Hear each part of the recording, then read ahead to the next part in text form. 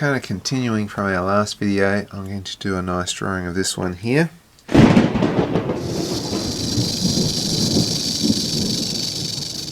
It's very hard to get that same kind of freedom in a sketch that you're doing where you want to make it really good. You want to have it end up being a really nice drawing. And so that's where it gets a bit tricky. So here where I'm putting lots of detail in, there's always a worry that's going to stifle the action. So notice I'm putting lots of detail here, but it's actually just part of the texture. So I'm using the detail for tone. I'm not using it to actually describe scales, although it is. I'm actually using it as tone.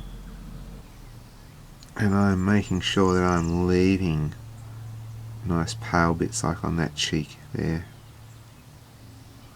But it also helps, as I'm doing this, I'm thinking about iguanas and turtles and things like that.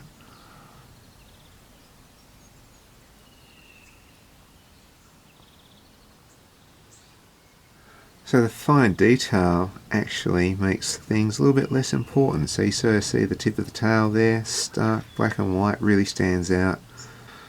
Now when I put the detail on it, it tends to not be as important. It's lost a bit. It's nice bold, and it throws the importance back up onto this area here,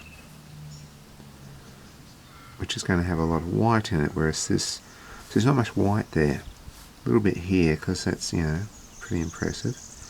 But a lot of it, because there's not much white, it all greys out, disappears a little bit. So the fine details often are not that important. They're just a grey.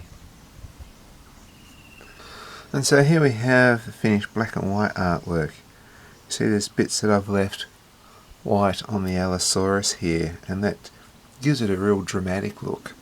The tail here, this is all sort of grey, so you tend not to notice that. Your eye sort of comes into the action here with these spikes here all pointing into the action.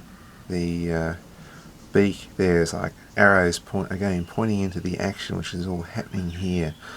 Even I've put dots here, again making your eye go down into that action.